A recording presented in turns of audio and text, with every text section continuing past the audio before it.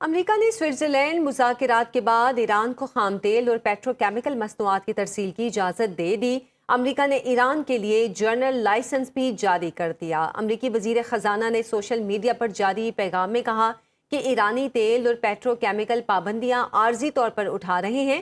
پابندیوں میں عارضی ریلیف کا فیصلہ سوئٹزرلینڈ میں مذاکرات کے بعد کیا۔ امریکی محکمہ خزانہ کے مطابق لائسنس ایرانی خام تیل اور پیٹروکیمیکل مصنوعات کی پیداوار اور ترسیل کی اجازت دیتا ہے۔ لائسنس کے تحت ایران کو خام تیل کی ترسیل اور فروخت کی اجازت 21 اگست 2026 تک ہوگی۔ امریکی محکمہ خزانہ کے مطابق لائسنس کے تحت ایرانی خام تیل، پیٹروکیمیکل اور پیٹرولیم مصنوعات کی امریکہ میں درآمد کی اجازت بھی ہوگی۔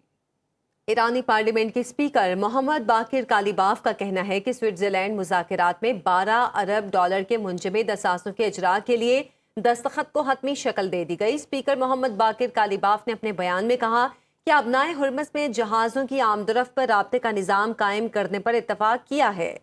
ایرانی اسپیکر اور چیف نیگوشیٹر محمد باقر کالیباف نے انکشاف کیا کہ امریکی صدر ٹرمپ کے دھمکی امیز بیان پر احتجاجاً ایرانی وفد نے امریکیوں کے ساتھ براہ راست مذاکرات کا بائیکاٹ کر کے سیشن چھوڑ دیا۔ کالیباف کے مطابق ایران نے امریکی وفد کے ساتھ کسی بھی فوٹو سیشن یا مشترکہ فریم کو مسترد کیا، تاہم پاکستانی اور قطری ثالثوں کے ذریعے غیر مستقیم پیغامات کے تبادلے پر آمادگی ظاہر کی، جس کے بعد پاکستان نے اور قطر نے اس عمل کو جاری رکھا۔ انہوں نے مزید کہا کہ اسرائیل اس امن عمل کو تباہ کرنا چاہتا ہے کیونکہ اسے اس میں اپنی موت نظر آ رہی ہے۔ اپنے دورے پر اندرونی تنقید کا جواب دیتے ہوئے انہوں نے واضح کیا کہ اگر وہ سوئٹزرلینڈ نہ جاتے تو لبنان میں معصوم مسلمانوں کا مزید خون بہتا، اس لیے یہ سفارتی مشن انسانی جانیں بچانے کے لیے ناگزیر تھا۔ قطری وزیراعظم نے دعویٰ کیا کہ مفاہمتی یادداشت پر دستخط کے بعد ہم اب جنگ کے خاتمے کی پوزیشن میں آ گئے۔ قطری وزیراعظم شیخ محمد بن عبد الرحمن نے الجزیرہ ٹی وی کو دیے گئے اپنے حالیہ انٹرویو میں انکشاف کیا کہ امریکہ اور ایران کے درمیان ہونے والا یہ ابتدائی معاہدہ دراصل پاکستانی شراکت داری کی بھرپور اور انتھک کوششوں کا نتیجہ ہے، جس نے علاقائی اور عالمی حمایت کے ذریعے مذاکرات کے لیے سازگار ماحول پیدا کیا۔ انہوں نے واضح کیا کہ اس مفاہمتی یادداشت کا بنیادی مقصد جاری جنگ کا فوری خاتمہ اور مستقبل کے مذاکرات کے لیے ایک مضبوط بنیاد فراہم کرنا ہے، جس کے اگلے مراحل میں ایرانی جوہری پروگرام، آبنائے حرمز کی صورتحال اور مجموعی علاقائی سلامتی جیسے کلیدی امور پر تفصیلی بات چیت کی جائے گی۔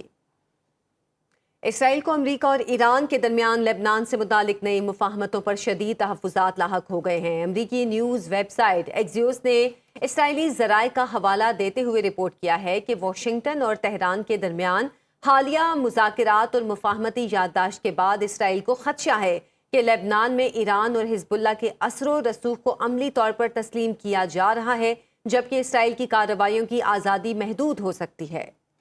ذرائع کا کہنا ہے کہ امریکہ اور ایران نے لبنان میں جنگ بندی برقرار رکھنے کے لیے یہ تمام اقدامات کیے ہیں اور ایک نئے ڈی کانفلکشن میکنزم پر اتفاق کیا ہے، جس میں لبنان کے ساتھ پاکستان اور قطر بھی ثالثی کا کردار ادا کریں گے، تاہم اسرائیل اس نظام کا براہ راست حصہ نہیں ہوگا۔ رپورٹ کے مطابق اسرائیلی وزیراعظم نیتن یاہو کو خاص طور پر لبنان سے متعلق شکوں پر تشویش ہے اور انہوں نے اپنے قریبی ساتھی رون ڈرمر کو امریکی حکام سے رابطے کی ہدایت بھی دی ہے۔ دوسری جانب امریکی حکام کا موقف ہے کہ لبنان کے حوالے سے نیا انتظام اسرائیل کے مفادات کے خلاف نہیں بلکہ خطے میں کشیدگی کم کرنے اور حزب اللہ کو قابو میں رکھنے میں مددگار ثابت ہوگا۔ ادھر لبنان کے صدر جوزف اون نے بھی امریکی قیادت میں مجوزہ میکنزم کو قبول کرنے پر آمادگی ظاہر کی ہے۔